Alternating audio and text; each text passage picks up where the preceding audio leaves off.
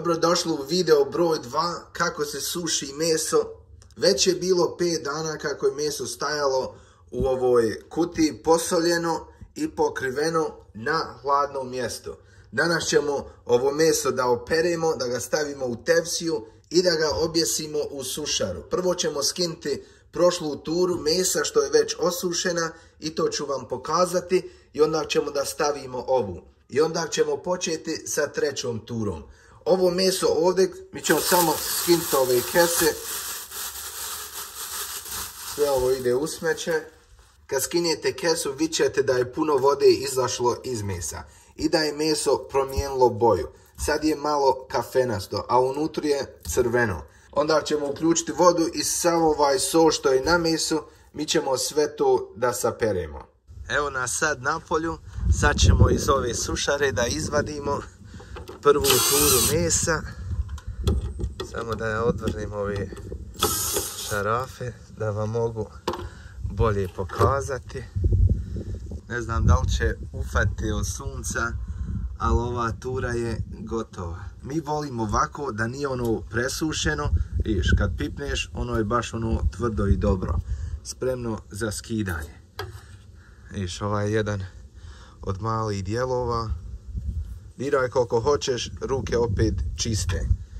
To ću vam pokazati u sljedećem videu kako sam napravio sušaru, kako ložim i sve od te ostale stvari. Sad ćemo sve ovo da skinemo. Morat ću ja ovo dići goramo da mi ne pani. A kako lijepo meso mirši. Ovdje ima možda jedno 16 komada. Nisu baš veliki, ali dobri su. Ima i malo ovoga loja. To ćemo koristiti kad budemo pravili grah i ostale stvari. Idemo, još 2, 3.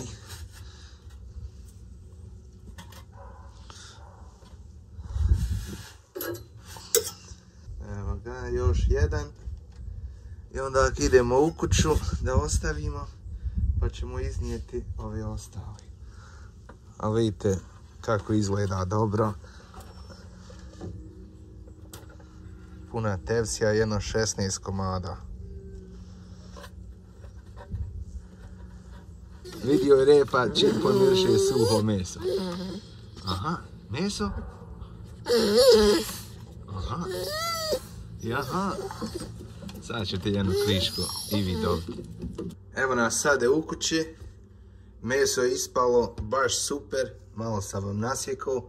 Ovo je resto. Izgleda baš perfekt. Sad ćemo da skinemo ove kuke i da stavimo na novu turu i da objesimo u sušaru. I malo ćemo mesa dati Cigi i Breni. Sad sam skinuo sve kuke sa ovog mesa i stavio na novu turu. A ovo meso što smo sada izvadili iz sušare, mi ćemo ga zamotati komad po komad u ovaj papir.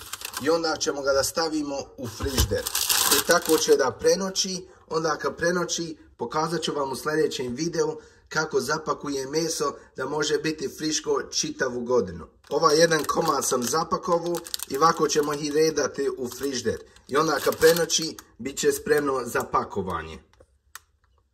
I sad hajmo iznijeti ovu novu turu i staviti je u sušaru. Ovo su dva najveća ljubitelja suhog mesa. Cigo i lijepa Brena. Cigo. Sit. Sit. Sit.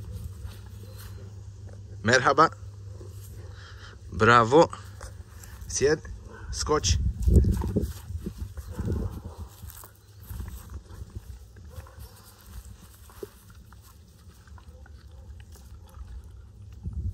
Brena. Sit. Brena. Sit. Merhaba. Bravo. Mirši. Smele. Mirši. Gari. Ode i ona. Spojio. Aha. I sad s novom turom uzmat ćemo ovo meso i objesavati na ove kuke unutra sušare. Kad stavljate meso u sušaru, morate razdvojiti da ima prostora između svakog komada. Da zrak i dim i vjetar da mogu svaki komad fino osušiti. Sad je svo meso u sušari. Puno naroda napravi grešku i odmah naloži vatru da bi mu se prije osušilo. A meso kad je ovako mokro, kad operete, ono je malo upilo vode. Ti sad kad bi naložio vatru da se odmah suši, samo taj dim bi zapuo na meso i ostalo bi crno i čađavo. I onda ne bi bilo ukusno. Ja volim da čekam čitav dan dok se ovo meso ne osuši samo. Da sva ova voda iskaplje i onda da naložimo prvu vatru. Ako staviš baš ujutro oko 6-7, onda možeš navečer početi prvu vatru. Ako staviš usred dana i prekraj dana, bolje ti je da samo prenoći ovako, nek se osuši dobro i onda da se loži. Sad ćemo sušaru zatvoriti i ako imate ikakvih pitanja, ostavite u komentaru, odgovorit ću na svako pitanje i vidimo se u sljedećem videu.